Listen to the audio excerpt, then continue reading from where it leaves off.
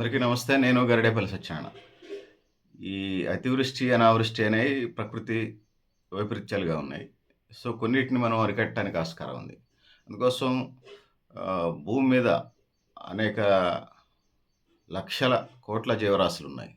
కానీ అన్నిటికంటే మెదడెక్కున్నటువంటి మనిషి కొన్ని వందల సంవత్సరాల్లోనే భూమిని వినాశనం చేస్తూ వస్తున్నాడు. తన ఇష్టం వచ్చిన పద్ధతుల్లో అనుసరిస్తా ఉన్నాడు. ఒకవైపు ఆర్గానిక్ వ్యవసాయం పేరుతోని ఉండాల్సినటువంటి వ్యవసాయాన్ని ఎరువులు, పురుగుమందుల పేరుతోని భూమిలో ఉన్నట్టు సారాన్ని నాశనం చేసే ప్రయత్నం చేస్తా ఉన్నాడు. ఇంకొక వైపు ప్రకృతి వనరులన్నిటిని విధ్వంసం చేస్తా ఉన్నాడు. ఒక మనిషి తప్ప ఈ సకల చరాచర జగత్తులో ఉన్నటువంటి అన్ని జీవరాశి సంబంధించి ఏమి కూడా నష్టం చేయట్లేదనేది ఇక్కడ మనం చెప్పుకోవచ్చు. ఇది కూడా ఒక మనిషి మాత్రమే బొగ్గు దవ్వుతున్నాడు, మట్టి దవ్వుతున్నాడు, ఇసుక దవ్వుతున్నాడు, ఇట్లా వజ్రాలు దవ్వుతున్నాడు, ఇట్లా భూగర్భంలో ఉన్నటువంటి మెగ్నీషియం, ఇట్లా అనేక రకాల ఖనిజాలు, ఐరను, ఇట్లా అనేక రకాలైనటువంటి ఖనిజాల పేరుతోని భూమిని, ప్రకృతిని విధ్వంసం చేస్తున్నాడు, తవ్వుతున్నాడు. అసలు సహజసిద్ధంగా న్యాచురల్‌గా ఉండాల్సినటువంటి దాన్ని సర్వనాశనం చేస్తున్నాడు. ఇందులో ఈజీ మనీ ఉన్నది, అవినీతి ఉంది, ఆశ్రిత పక్షపాతం ఉంది, ఎన్నికల్లో గెలవటం ఉన్నది. చాలా రహస్యాలు ఇందులో దాగున్నాయి. సో, ఏది ఏమైనప్పటికీ కూడా గతంలో ఉన్నటువంటి తరాలు మన పూర్వీకులు మనకు ప్రకృతిని, భూమిని మనకు మంచిగా అప్పగించారు. మనం వాళ్ళకి మంచిగా మన భవిష్యత్ తరాలకి మనం మంచిగా అప్పగించుతున్నామా లేదా అనేది ప్రశ్నార్థకంగా మారిన నేపథ్యంలో, సో, దీన్ని మననం చేసుకొని ముందుకు పోవాల్సిన అవసరం ఉన్నది. ప్రపంచవ్యాప్తంగా 800,00,00,000, 850,00,00,000 పైగా జనాభా ఉన్నటువంటి నేపథ్యంలో వీళ్ళందరికీ ఆహారం అవసరాలు, లేకపోతే భద్రత, శ్రేయస్సు, ఆరోగ్యం, జీవనోపాధి ఇలాంటి అంశాలని మనం డెవలప్ చేసుకుంటూ వాళ్ళకి ఉపాధి కల్పిస్తూ ఆ విధంగా ముందుకు పోగలుగుతున్నామా? లేదు. ఉన్నటువంటి పాలక ప్రభుత్వాలు నంబర్ గేమ్‌లో పడిపోతా ఉన్నాయి. నాట్ ఓన్లీ ఇండియా, వివిధ దేశాలు. ఆ దేశాల్లో ఉన్నటువంటి ఎక్కువ పాలక ప్రభుత్వాలు అన్నీ అనను, ఎక్కువ పాలక ప్రభుత్వాలు నంబర్ గేమ్‌లో ఆ గవర్నమెంట్ నిలబెట్టుకునే క్రమంలోనే పడిపోతా ఉన్నాయి. ముఖ్యంగా అట్టడుగు వర్గాలను పట్టించుకుంటూ ఆ దేశం నుండి పేదరికాన్ని, సో, కొన్ని అమెరికా లాంటి దేశాల్లో ఆడ పేదరికం 5, 6% ఉన్నా కూడా అక్కడ పేదలంటే డెఫినేషన్ వేరుగా ఉంటుంది. తినడానికి తిండి లేకపోవడం, ఉండడానికి ఇల్లు లేకపోవడం అంత దరిద్రంగా ఉండవు కొన్ని దేశాల్లో. అంత అభివృద్ధి చెందిన దేశాలున్నాయి.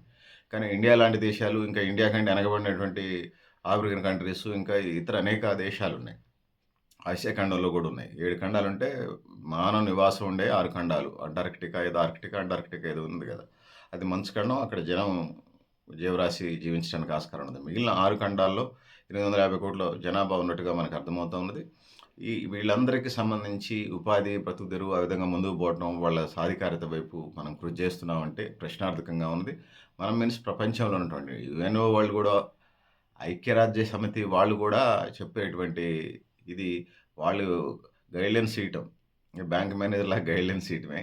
సో, నిజంగా ఎంత చేస్తున్నారనేది ప్రశ్నార్థకంగా మారినటువంటి నేపథ్యం ఉంది. ఏ దేశానికి సంబంధించి ఆ దేశం ముందుకు పోవాలి కానీ వాళ్ళు యుద్ధాల పేరుతోని, వలసల పేరుతోని, ఇంకో పేరుతోని దేశాన్ని ముందుకు తీసుకుపోవాల్సింది వెనక్కి తీసుకుపోతున్నట్టుగా మనకనిపిస్తది.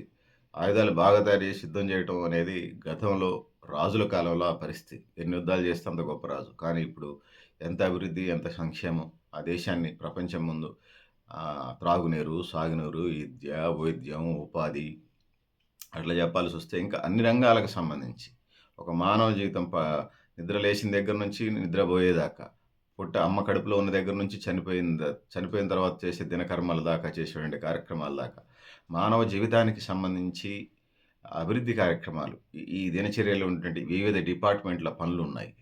సో, వీటన్నిటికి సంబంధించిన అన్ని రంగాల్లో ముందు వరుసలో నిలబెట్టడం మాత్రమే అది నిజమైన అభివృద్ధి. నాట్ ఓన్లీ ఇండియా, ప్రపంచంలో ఉన్నటువంటి 200 కంట్రీస్, 200 దేశాలకు సంబంధించిన అంశంగా ఇక్కడ నేను చెప్పదలుచుకున్నాను. సో, ఈ కరువుకి వీటికి దారితీసే పరిస్థితులేందంటే ఒక ప్రాంతంలో అతివృష్టి అంటే అదొక సమస్య.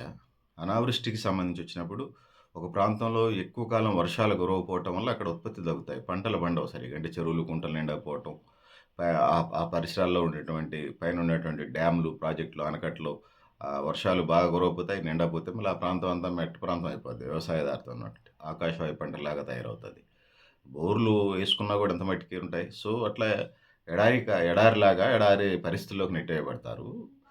అదొక భాగం. రెండోది పంటలు పండకపోతే ఆహార ధాన్యాల ఉత్పత్తి కొరత వస్తది. ఆ విధంగా కరువు, పేదరికం, ఇతర అన్ని రకాలన్నీ వచ్చి దాని మీద పడతాయి. ప్రజలు ఇంకా దరిద్రంలో కొట్టుమిట్టాడే పరిస్థితి ఉంటుంది. అందుకోసం వీటన్నిటిని మనం అధిగమించాల్సిన అవసరం ఉందనేది ఇక్కడ నేను తెలియజేస్తా ఉన్నాను.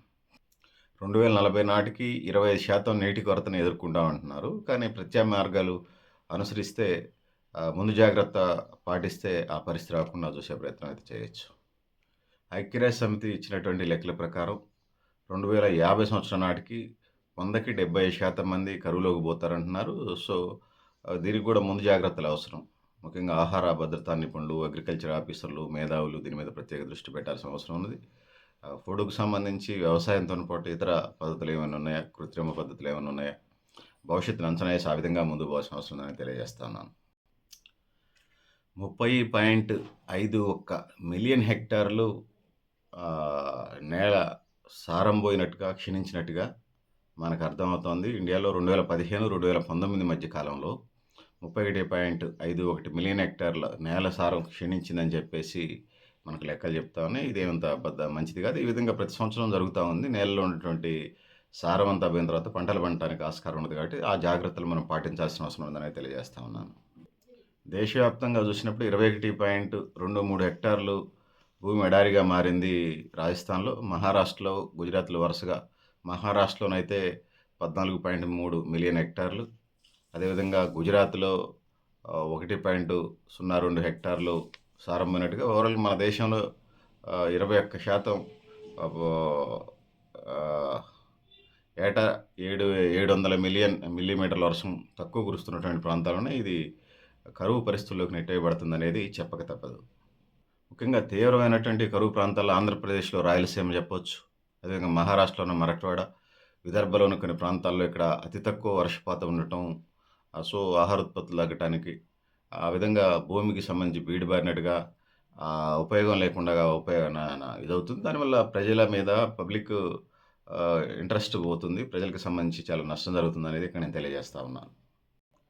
ఇంకా ఆంధ్రప్రదేశ్, రాయలసీమ, మహారాష్ట్ర, మరాఠ్వాడ, విదర్భలతోని పాటుగా ఉత్తరప్రదేశ్, ఛోటా నాగ్పూర్, ఒడిశా, జమ్మూ అండ్ కాశ్మీర్, తూర్పు తమిళనాడు ఇలాంటి పరిస్థితులే ఉన్నాయి.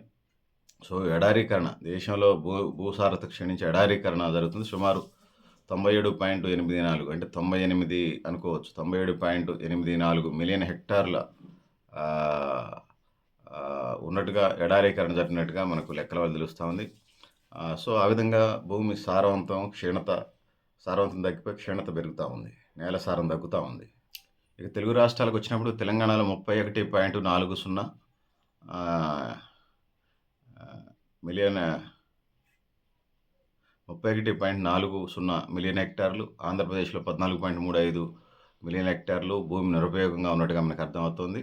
ఆంధ్రప్రదేశ్లో తీసుకున్నప్పుడు అనంతపురం జిల్లా, తెలంగాణలో ఉమ్మడి నల్గొండ జిల్లాల్లో అధికంగా ఎడారీకరణ జరిగినట్టుగా మనకు ఉన్నటువంటి సమాచారాల ద్వారా అర్థమవుతా ఉంది, అనేక నివేదికలు, రిపోర్టుల ద్వారా.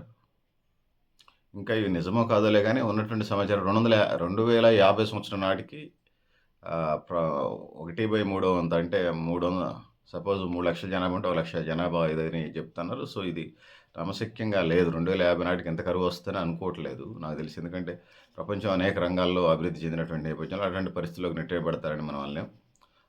సో ఆ విధంగా ముందుకు పోతాను. తగిన జాగ్రత్తలు తీసుకుని ముందుకు పోవాల్సిన అవసరం ఉన్నది. సో భారతదేశానికి వచ్చినప్పుడు 1988 నాటి ఫారెస్ట్ పాలసీ ఏదైతుందో 1988 దాని ప్రకారం ఎక్కువ మొక్కలు నాటడం, అటవీ విస్తీర్ణం పెంచడం, అట్లా ఆ విధంగా పర్యావరణాన్ని, నేలసారాన్ని నిలబెట్టుకున్నటువంటి ఎడారీకరణను అరికట్టేటువంటి అనేక చర్యలు చేపట్టాల్సిన అవసరం ఉంది. దానికి సంబంధించిన ఎక్స్పర్ట్స్తోని ప్రభుత్వం ప్రత్యేకంగా కమిటీని ఏర్పాటు చేసి ఆ సలహాల కమిటీ ప్రకారం దాన్ని ముందుకు తీసుకోవాల్సిన అవసరం ఉన్నది. సో 2022లో 18.94 మిలియన్ హెక్టార్ల అడవులు పెంచడం జరిగింది భారతదేశంలో. సో ఇట్లా ఎక్స్పర్ట్స్తోని నేల క్షీణత పెంచడం కోసం, ఎడారీకరణ జరగకుండా ఉండడం కోసం, కరువు రాకుండా ఉండటం కోసం, ఆహార భద్రతను పెంచడం కోసం, ఆహారోత్పత్తులను పెంచడం కోసం ఒక కమిటీని వేయాలి దేశవ్యాప్తంగా. ఆ కమిటీ వేసిన సలహాలు, సూచనలు పాటించడం ద్వారా భారతదేశంలో అంటే వాళ్ళ దేశాలు, ఇతర దేశాలకు సంబంధించి వాళ్ళు కూడా వాళ్ళ పద్ధతులు అనుసరించవచ్చు. ఇండియాకి సంబంధించి అయితే కరువు, ఆహార భద్రతని, ఆ కరువును ఎదుర్కోవడానికి ఆహార భద్రతని కల్పించడం కోసం తగిన కమిటీ వేసి దానికి సంబంధించిన సలహాలు, సూచనలు తీసుకుని ఆ విధంగా ముందుకు పోవాల్సిన అవసరం ఉందని తెలియజేస్తున్నాను. సో నేను గరిడేపల్లి సత్యనారాయణ, న్యూ లక్ష్య ఆర్గనైజేషన్.